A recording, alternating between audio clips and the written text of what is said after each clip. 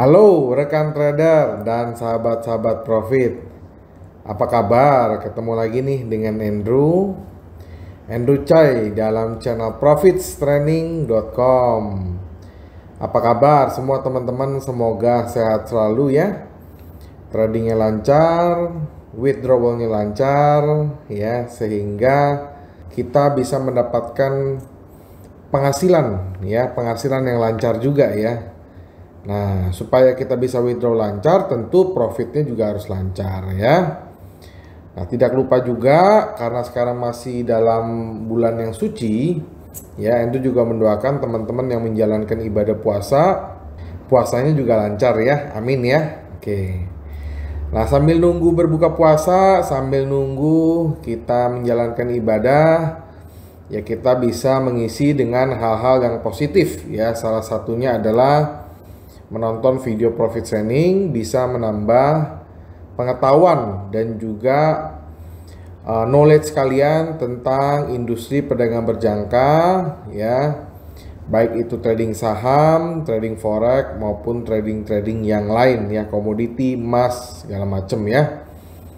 Nah, di video kali ini kita akan membahas dengan topik mengungkap kebenaran atau kebohongan perdagangan forex ya. Ini mitos atau fakta ya.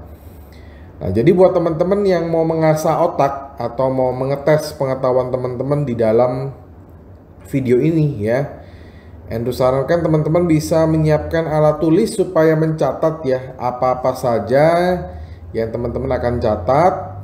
Karena Andrew sendiri ini pakai pen nih tuh ya, pakai pen pen untuk tablet ya, untuk menulis gitu ya. Karena dalam video ini Andrew akan menjelaskan atau meluruskan ya tentang berita-berita yang benar dan berita-berita yang salah ya, menurut dengan keilmuan dan juga pengetahuan yang Andrew tahu ya. Kalau seandainya teman-teman sudah siap, saksikan video berikut.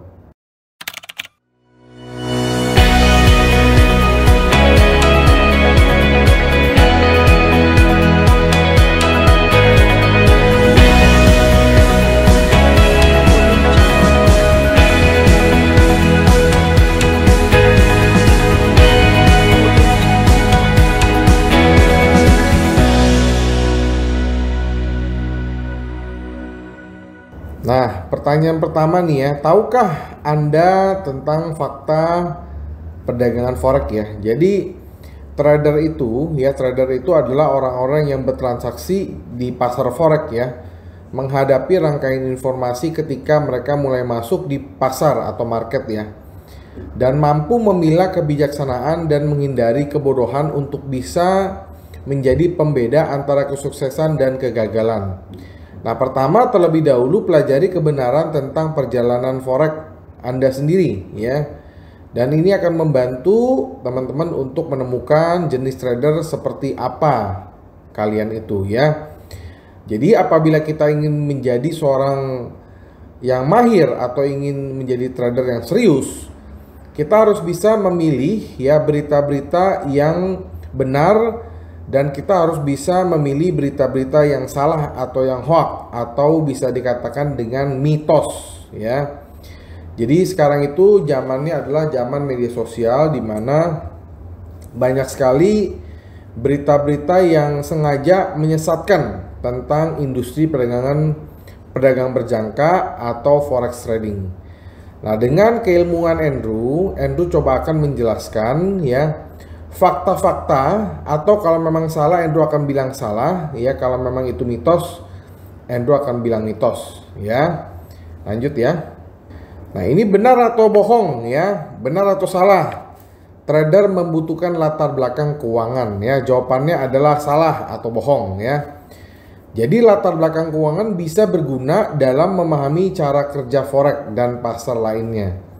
Tetapi yang lebih bermanfaat adalah keterampilan dalam matematika teknik dan sains keras yang menjadi persiapan lebih bagi trader untuk menganalisis dan bertindak berdasarkan faktor ekonomi dan pola grafik ya.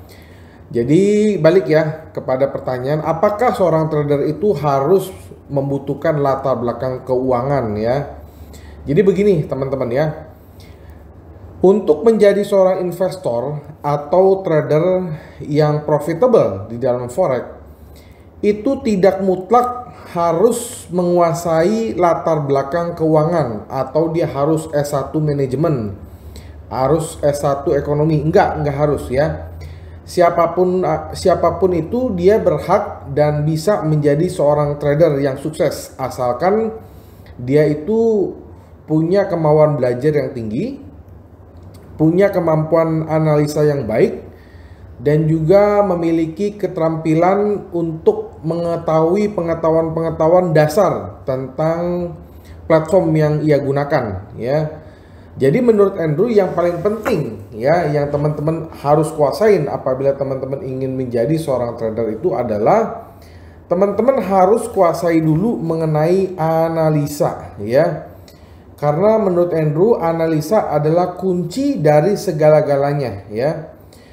Buat apa seorang trader itu dia paham tentang keuangan tetapi dia nggak bisa menganalisa pasar ya, hasilnya juga akan kurang bagus ya, kurang maksimal.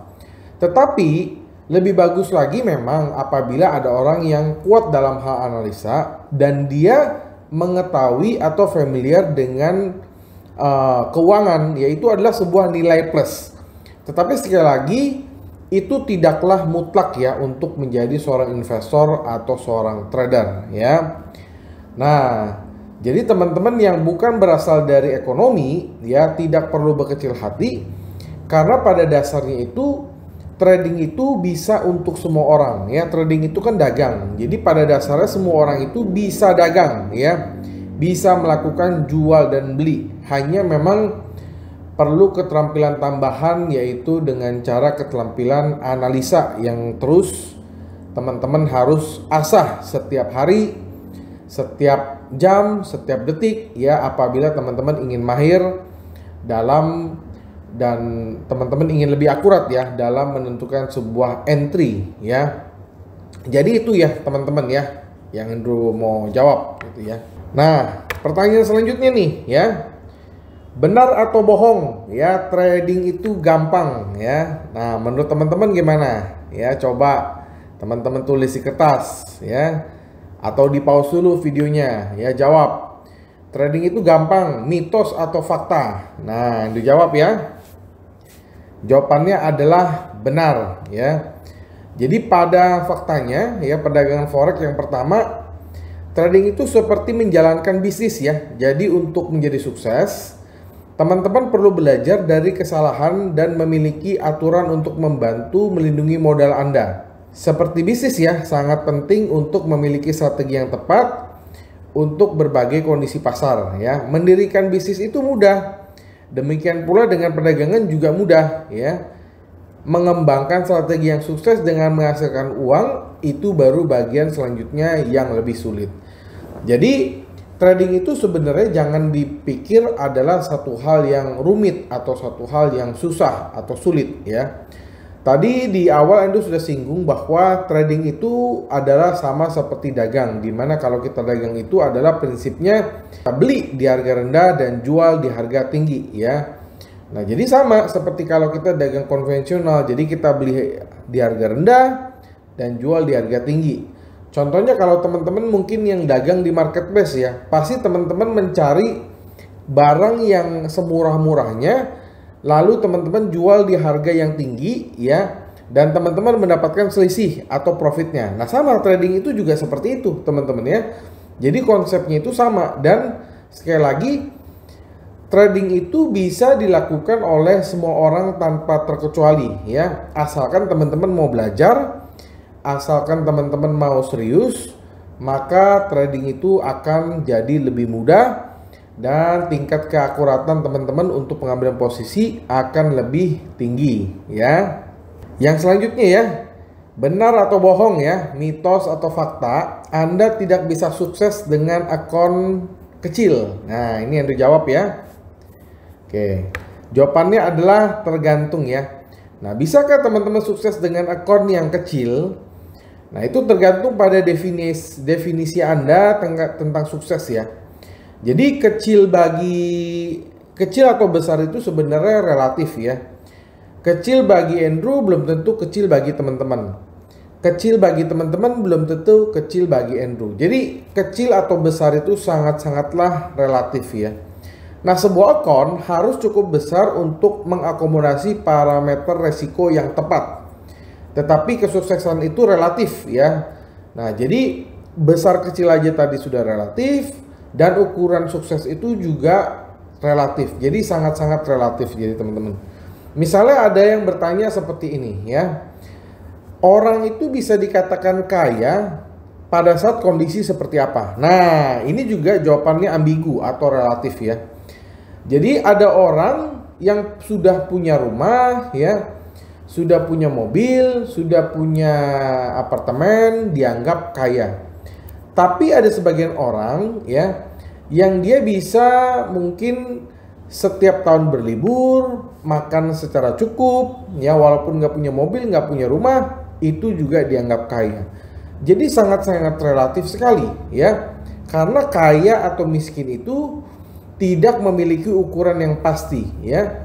Ada orang yang mungkin hidupnya sudah cukup dengan makan seadanya, ya.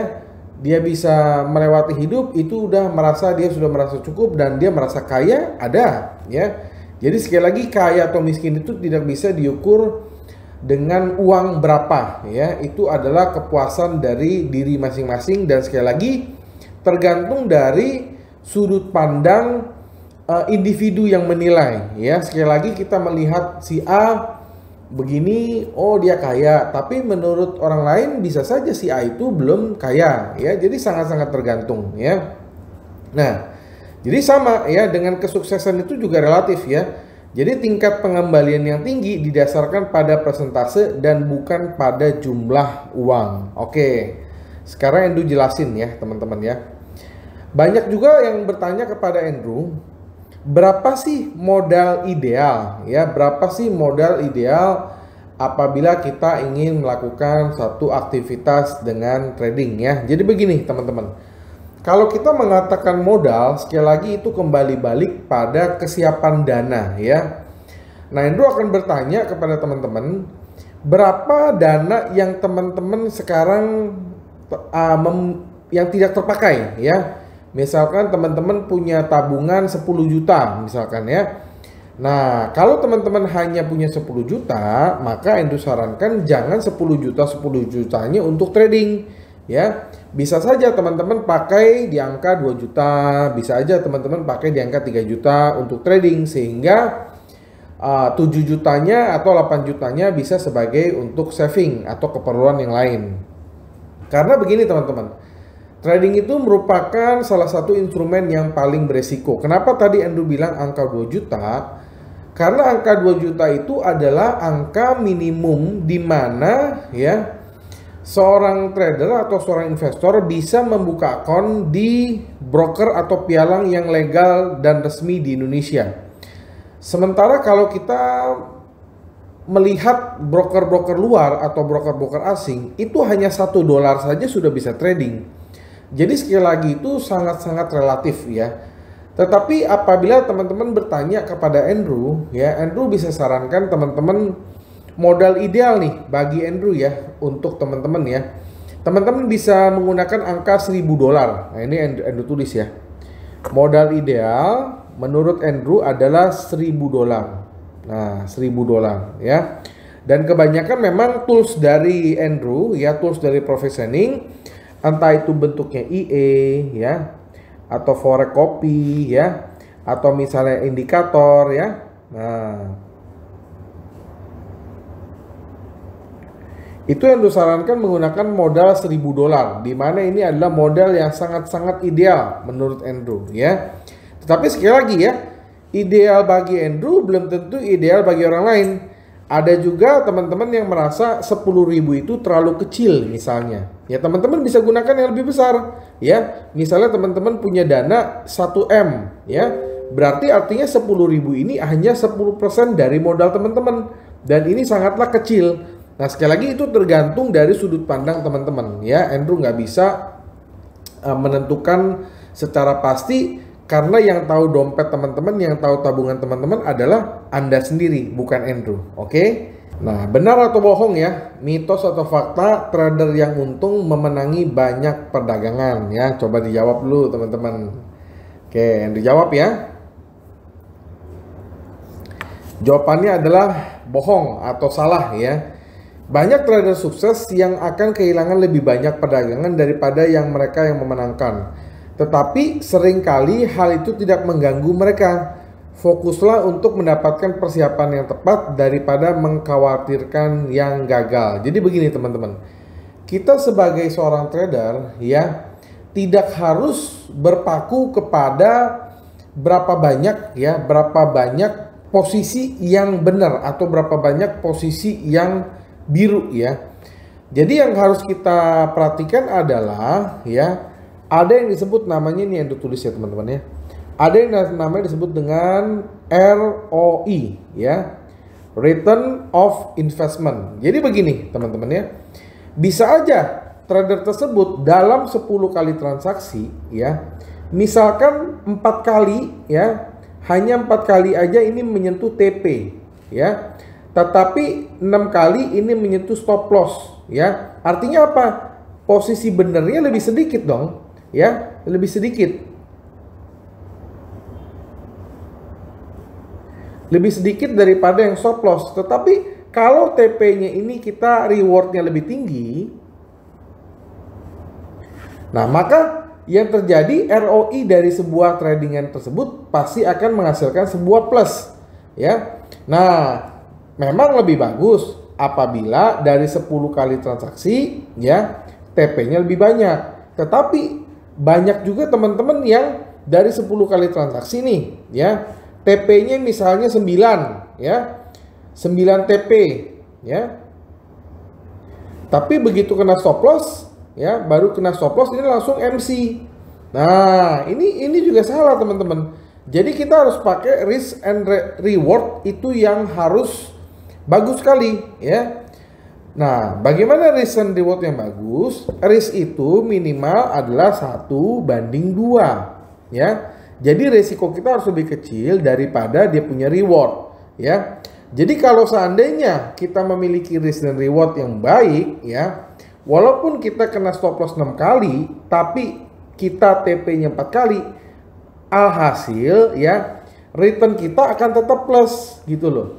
Walaupun teman-teman perdagangan itu lebih banyak yang merah ya, tetapi sekali kita benar kita mendapatkan profit yang lebih banyak. Nah, jadi itulah yang Andrew praktekkan ke dalam signal-signal dari Profit Training berikan ya. Teman-teman mungkin yang sudah menjadi member dari Signal Profit Training, pasti teman-teman lihat ya, kok dia punya risk and reward bisa 1:3, 1:4. Nah alasannya karena ini teman-teman ya. Jadi kalau kita salah posisi, kita mau cut secepatnya, kita mau stop loss sekecil-kecilnya. Tetapi ketika harga bersearah ya, atau searah dengan posisi dari signal atau rekomendasi yang kita berikan, mereka bisa mendapatkan 3 atau 4 kali lipat dari posisi stop loss. Nah itu ya teman-teman ya. Nah buat teman-teman yang belum jadi member dari Signal Profit Training, ya silakan aja ya WhatsApp atau Telegram 0815 99 10 880, maka teman-teman akan bisa mengetahui ya analisa-analisa profit training, dan teman-teman akan mendapatkan risk and reward itu minimal 1:3, kadang-kadang 1:4 teman-teman, sehingga walaupun kita lebih banyak kena stop loss, tetapi overall dari perdagangan kita akan tetap merasakan yang namanya profit karena rewardnya lebih tinggi gitu ya. Ya selanjutnya ya, mitos atau fakta ya, benar atau bohong menghabiskan banyak waktu untuk memantau perdagangan. Nah ini ya. Nah ini teman-teman pasti yang trader-trader pemula nih, banyak saya nanya nih, Pak kalau saya mau trading apakah harus 24 jam non-stop? Nah oke, yang dijawab ya. Jawabannya adalah tergantung ya. Tanyakan pada diri Anda sendiri ya, Anda ini jenis trader apa ya. Jadi kerangka waktu yang lebih singkat berarti memantau dan menganalisis secara konstan, selalu aktif ya. Jadi ada trader itu yang full time trader ya, contohnya itu adalah Andrew, ini full time trader. Jadi Andrew tidak memiliki pekerjaan lain selain trading ya. Dan Andrew biasanya menghabiskan waktu minimal 8 jam untuk memantau market ya.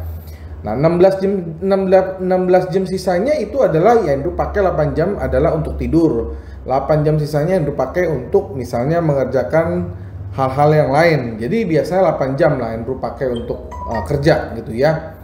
Nah, jadi jika Anda menyukai pendekatan untuk lebih santai, Anda mungkin lebih cocok untuk trading berdasarkan posisi. Jadi trader itu ada bermacam-macam teman-teman ya. Ada juga yang trader mungkin dia tradingnya itu sosial, artinya dia cuma iseng ya. Mungkin akunnya itu $100, $200 dia iseng coba-coba buy sell ya. Tapi ada juga orang yang memang dia hidupnya dari trading seperti Andrew ya. Dia akunnya itu di atas 10.000 ya, di atas 50.000. Dia memang serius untuk bisa mendapatkan trading for living. Dia nggak punya pekerjaan lain, dia hanya mendapatkan income dari trading aja ya. Ada juga ya, nggak salah. Dan salah satu orang terkaya di dunia pun itu namanya Warren Buffett ya. Salah satu orang terkaya di dunia ya, itu hidupnya hanya dari trading aja ya. Walaupun tradingnya itu banyak, ada saham ya, ada juga di forex, ada juga di cryptocurrency, di mana-mana. Jadi banyak sekali ya, banyak sekali. Jadi tergantung lagi kepada Anda itu jenis tradingnya itu trader apa. Kalau misalnya trader hanya iseng ya mungkin cukup 4 jam, 3 jam, 2 jam. Teman-teman lihat pasar, analisa, ambil posisi, habis itu tinggal. Bisa aja ya. Tapi sekarang zaman sekarang itu sudah sangat-sangat canggih teman-teman, di mana apabila kita ingin menjadi seorang trader ya, semuanya itu sudah bisa diambil alih oleh yang disebut dengan namanya expert advisor atau robot ya. Nah, mungkin yang teman-teman yang subscribe dari video-video Profit Training pasti teman-teman tahu di mana Profit Training sendiri sudah banyak merilis ya software-software atau robot-robot yang bisa membantu perdagangan teman-teman, sehingga teman-teman tidak perlu memantau market 24 jam secara non-stop, di mana semua itu diambil alih oleh software namanya ya.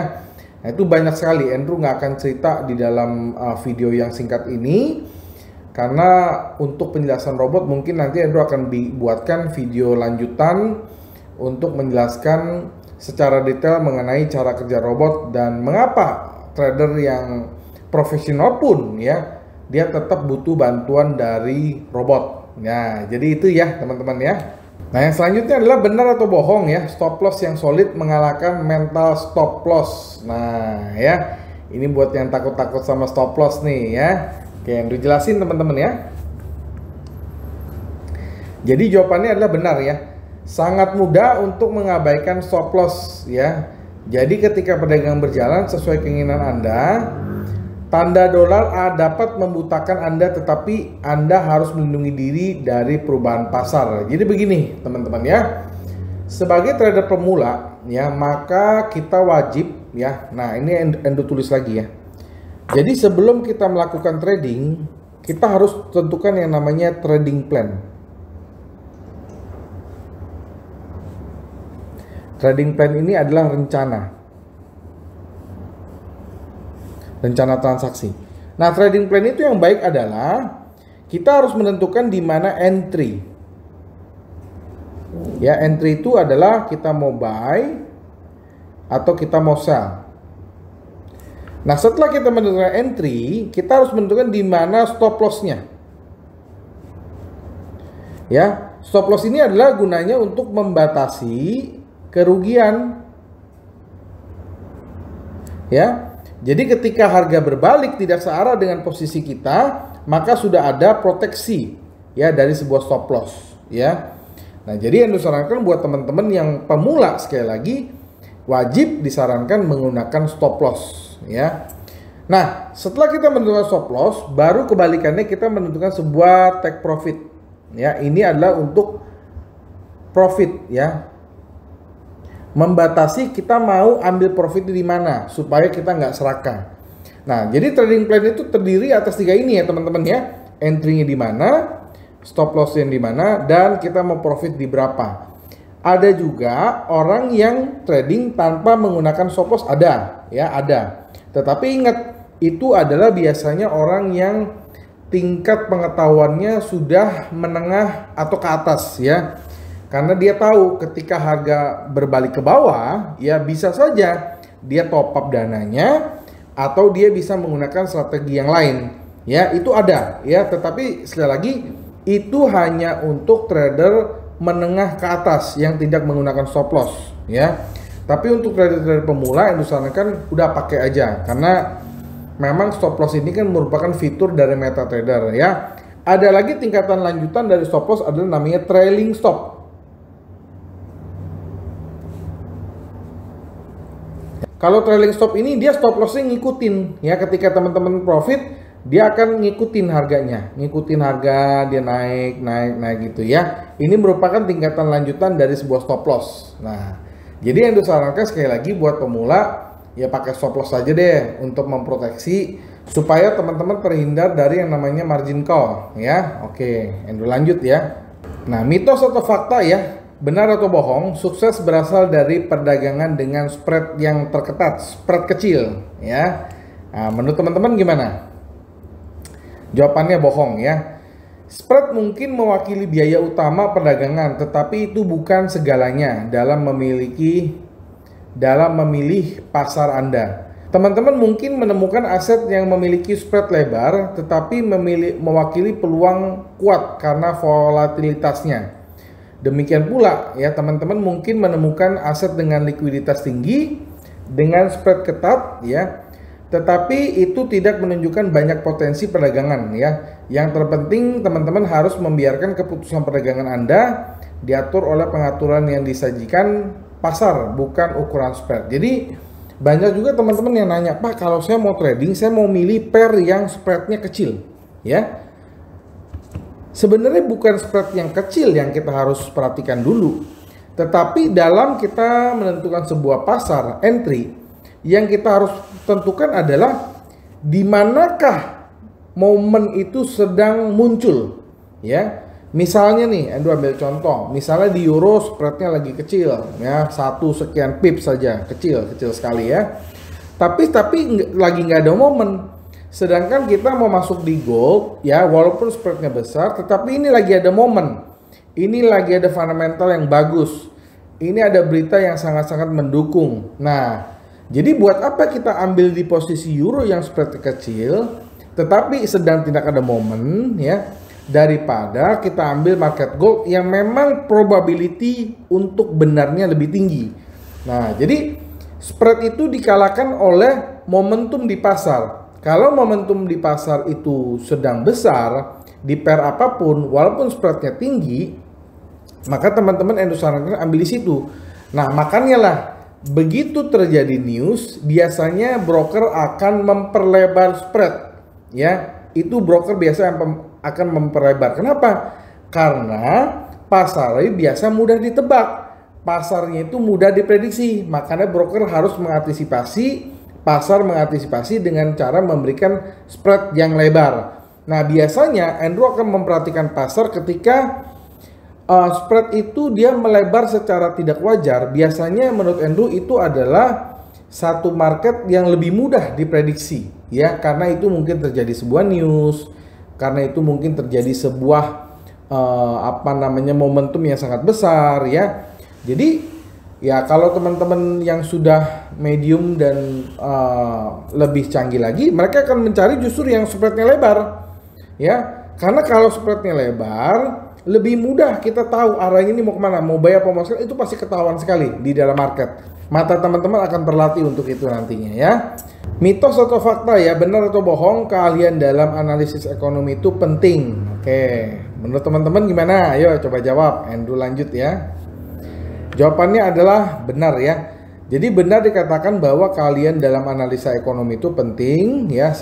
Ini sebenarnya Andrew sudah jelasin di slide yang awal tadi ya, bahwa dalam menentukan sebuah posisi kita harus memiliki kemampuan analisa yang kuat ya. Nah, tetapi demikian begitu pula keahlian di bidang teknis ya. Banyak trader yang sukses akan menggabungkan analisa fundamental dan teknikal agar berada dalam posisi untuk menarik sebanyak mungkin data. Nah, analisa fundamental dapat memungkinkan trader untuk memperkirakan harga dan perkembangan di masa depan. Ini berbeda dengan analisa teknis ya, atau technical analysis ya, yang membantu mengidentifikasi level harga utama dan pola histori dan memberikan keyakinan untuk masuk atau keluar dari perdagangan. Jadi yang paling penting sebelum kita masuk pasar adalah kita analisa dulu, kita perhitungkan dulu dengan cara membuat trading plan. Kita mau entry di mana, kita mau stop loss di mana, kita mau take profit di mana. Itu adalah faktor yang wajib teman-teman kuasai dulu sebelum teman-teman melakukan sebuah pengambilan posisi ya. Jadi itu adalah yang menurut Andrew yang paling benar ya. Trading plan itu harus dibuat dulu teman-teman ya. Trading plan itu kita mau beli di mana, mau sell di mana. Kalau kita sell harga naik kita mau ngapain, kalau kita beli harga turun mau ngapain, harus ada ya. Jangan kita mikir indahnya dulu. Oh, kalau saya beli harga naik profit, oh indah. Bukan begitu. Yang paling benar kita ngomong jeleknya dulu. Oh, kalau saya beli harga turun, saya mau ngapain? Apakah saya cut? Apa saya stop loss? Atau saya switching? Atau saya average? Nah, kalau teman-teman sudah punya trading plan, ketika resiko itu terjadi, teman-teman sudah bisa mengantisipasi. Ya, tapi kalau teman-teman nggak punya trading plan, harganya berbalik, ya tentunya kita akan kebingungan ya, dan biasanya kita akan takut ya. Pada saat kita di market itu kita akan lebih khawatir gitu ya. Oke. Nah, mitos atau fakta ya, benar atau bohong, trading dengan berita memberikan peluang terbesar. Nah, ini buat trader-trader yang news ya. Oke, lanjut ya jawabannya. Jawabannya adalah bohong ya. Berita dapat menciptakan pergerakan besar di pasar, ya bahkan liar. Tetapi itu tidak berarti bahwa memperdagangkan berita menghasilkan peluang terbesar. Nah, sebagai permulaan ya, volatilitas dari peristiwa berita penting seringkali membuat trader dan spread itu melebar ya, pada giliran meningkatkan biaya perdagangan Anda dan mencederai keuntungan Anda. Jadi begini teman-teman ya. Jangan kita trading pada saat berita itu keluar ya, artinya teman-teman sudah terlambat ya. Ada istilah buy the rumor, sell the fact. Artinya apa? Tradinglah pada saat kita pada saat berita itu belum keluar, berita itu belum terjadi. Artinya kita harus bisa menganalisa sebuah berita. Dan ketika berita itu keluar, ya kita sudah mengambil posisi sebelumnya. Tapi ketika teman-teman ambil posisi setelah berita keluar, maka teman-teman bisa dikatakan terlambat, ya. Karena kenapa? Biasanya market itu lebih sering, lebih cepat daripada harga atau lebih cepat daripada berita. Ya, selalu market itu satu step lebih depan, lebih cepat daripada berita itu keluar. Dan biasanya itu yang disebut dengan ilmu price action ya. Dan biasanya kalau teman-teman yang trading itu suka perhatikan berita, biasanya sebelum berita itu muncul, misalnya yang disebut aja berita yang paling besar yaitu NFP atau non-farm payroll, teman-teman coba perhatikan ya. Setiap kali berita non-farm payroll itu mau keluar, selalu marketnya itu selalu bereaksi duluan ya. Dia akan melakukan sebuah volatilitas yang tinggi. Nah, itulah biasanya trader-trader profesional dia udah masuk duluan. Dan biasanya teman-teman bisa lihat, oh kira-kira nih NFP keluarnya seperti apa. Nah, teman-teman lihat tuh price action dia apa. Kalau misalnya action dia udah mulai naik, teman-teman langsung buy. Tapi ingat, buy-nya sebelum berita itu keluar. Tapi kalau teman-teman setelah berita itu keluar, dia langsung harga udah naik duluan, teman-teman baru buy. Nah, teman-teman akan nyangkut ya. Teman-teman berarti buy di high. Dan itu salah, bukan seperti itu teman-teman ya. Nah, benar atau bohong ya, mitos atau fakta menjaga emosi pada saat trading itu penting? Yang dijawab ya. Jawabannya adalah benar ya. Nah, jadi tidak melibatkan emosi dari perdagangan adalah upaya yang mustahil ya. Ini dapat menyebabkan lebih banyak konflik internal daripada manfaat. Itulah sebabnya mengelola emosi adalah cara yang lebih baik untuk melihatnya. Nah, jika teman-teman memiliki emosi yang negatif seperti ketakutan, keserakahan yang perlu dikelola tanpa menekan emosi positif, seperti keyakinan yang membantu mengarahkan Anda menuju peluang terbaik. Nah, jadi yang namanya trading itu ada yang disebut dengan psikologi trading. Nah, ini adalah faktor non teknis ya. Apabila teman-teman ingin sukses dalam sebuah trading ya. Dan sebenarnya Andrew sudah bahas mengenai psikologi trading di video sebelumnya. Dari video ini Andrew sudah pernah bahas. Di situ Andrew sudah buat juga PowerPoint-nya yang membahas khusus tentang psikologi trading ya. Jadi psikologi trading itu adalah berkaitan dengan emosi seseorang pada saat dia live di market ya. Ketika harga turun, kita takut. Ketika harga naik, kita mau buru-buru cut loss. Ketika harganya untung, kita mau buru-buru take profit. Padahal harganya masih mau naik. Tapi ketika harga turun, kita nggak berani cut loss karena takut rugi, kita tahan. Ternyata harga lebih dalam. Nah itu ya. Itu berkaitan dengan ilmu psikologi trading yang Andrew sudah pernah bahas dari video YouTube Andrew sebelum video ini ya. Silakan teman-teman buka aja, di situ ada detail. Jadi jawaban dari pertanyaan ini adalah sangat-sangat benar, di mana kita itu trading harus memperhatikan faktor psikologi, memperhatikan faktor emosi ya, dan jangan pernah trading apabila kondisi teman-teman sedang moodnya itu tidak bagus ya. Misalnya lagi kesel sama seseorang, misalnya teman-teman lagi ada masalah keluarga dengan istri, dengan pasangan, Andrew sarankan jangan trading, karena apapun teman-teman lakukan pasti hasilnya akan salah ya. Karena emosi teman-teman sudah salah ya. Ada juga yang teman-teman ingin trading karena ingin bayar hutang ya, atau ingin trading karena ingin cepat kaya ya. Saya ingin trading karena ingin balas dendam. Nah itu adalah sebuah psikologi yang salah. Dan Andrew sarankan apabila teman-teman pada kondisi seperti itu, Andrew sarankan teman-teman jangan trading. Sekali lagi ya, ini peringatan keras, jangan trading apabila kondisi atau tujuan teman-teman sudah salah. Karena tujuan teman-teman salah ya, cara berpikir teman-teman akan salah, sehingga output yang kita hasilkan dalam menentukan sebuah entry, dalam menentukan sebuah stop loss, dalam menentukan sebuah take profit juga akan salah ya. Akhirnya teman-teman bukan mendapatkan untung, yang ingin balas dendam bukan mendapatkan untung balik, tetapi akan babak belur lebih lanjut lagi ya. Jadi sekali lagi, trading itu harus dengan kepala dingin, harus dengan emosi yang stabil ya. Bahkan Andrew itu kalau trading ya, Andrew akan berada di satu ruangan ya, ruangan kerja yang tenang ya, tidak ada suara ya, tidak boleh diganggu. Andrew harus berpikir secara jernih. Tetapi kalau misalnya Andrew lagi banyak pikiran, lagi mikirin kerjaan, lagi mikirin misalnya kita lagi mikirin keluarga, lagi mau liburan, jangan trading deh ya. Karena kalau teman-teman trading dengan cara seperti itu, hasilnya pasti akan salah, tidak maksimal, dan bisa berujung kepada loss teman-teman ya. Jadi itu. Nah jadi itu aja yang Andrew mau sampaikan dalam jawaban ya, mitos atau fakta, benar atau salah, dari beberapa pertanyaan yang sering sekali Andrew dapat pertanyaan ini, dan Andrew sudah luruskan, Andrew sudah menjawab. Semoga teman-teman bisa mendapatkan pencerahan yang lebih baik, semoga teman-teman bisa mendapatkan pengetahuan yang lebih saintifik dari Andrew ya. Nah buat teman-teman yang mau mendapatkan PPT atau PowerPoint dari slide ini ya, silakan donasi $10 saja.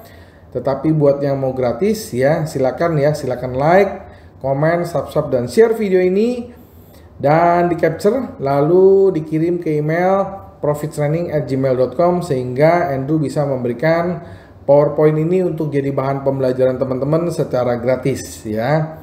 Nah jadi itu aja yang Andrew mau sampaikan buat teman-teman. Mungkin pertanyaan Andrew untuk video ini adalah, menurut teman-teman masih ada nggak sih mitos atau fakta yang masih teman-teman belum ketemu jawabannya? Ya silakan teman-teman tanya aja di kolom komentar di bawah dari video ini. Andrew nanti akan buatkan video-video lanjutan untuk menjawab pertanyaan-pertanyaan mitos atau fakta yang lain dalam video lain. Oke? Akhir kata, sampai jumpa di video-video edukasi lain profit training lainnya. Sampai jumpa, salam profits.